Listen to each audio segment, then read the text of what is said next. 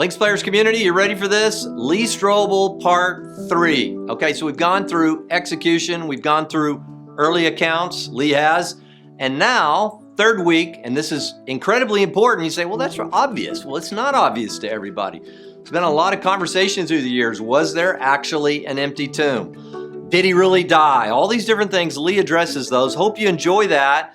As we go into the empty tomb. Again, we're trying to equip ourselves, our minds, not only to be intellectually compelled ourselves, but to actually have an impact on those that may not be where you are in your own faith journey.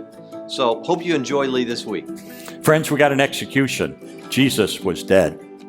We have reports that he rose from the dead that are so early, so immediate, you can't write him off as being a legend. But that's not all we've got. We've got a third word that begins with the letter E, and that's the word empty. We have an empty tomb. The historical record tells us that Jesus' body was placed in a tomb belonging to Joseph of Arimathea, member of the Jewish council. It was sealed. Matthew tells us it's guarded, and yet it's discovered empty that first Easter morning. Now, as an atheist, I thought I can get around that. They didn't bury crucifixion victims in the first century, right? That was contrary to Roman law. One of the horrors of crucifixion is your body was thrown to the dogs to be eaten by the dogs. So I thought, there you go. That's why the tomb was empty. The body was never in it in the first place. I ran into a problem with that. It's called archaeology. Because in recent decades, guess what archaeologists have found? The bodies of buried crucifixion victims.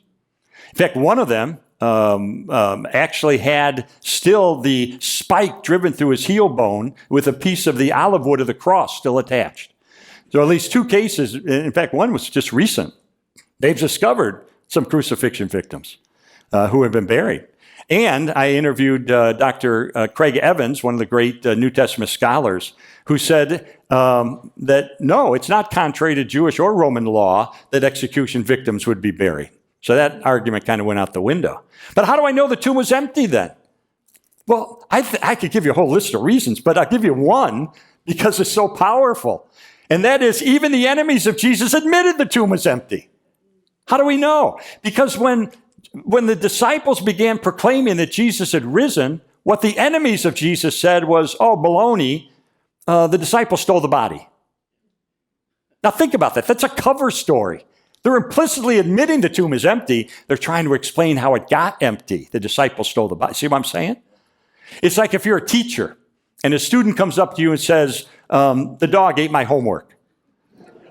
That student's admitting, look, I don't have my homework, but I can explain what happened to it. The dog ate it. It's the same thing. So everybody in the first century, whether they were followers of Jesus or enemies of Jesus, implicitly or explicitly, everybody's conceding the tomb was empty. That's not the issue of history. The issue of history really is, how did it get empty? And you go through the usual list of suspects. Romans weren't about to steal the body. They wanted Jesus dead. The Jewish leaders of the day weren't about to steal the body. They wanted Jesus to stay dead. The disciples weren't about to steal the body. Why? So they could live lives of deprivation and suffering for their proclamation that Jesus had risen? I don't think so.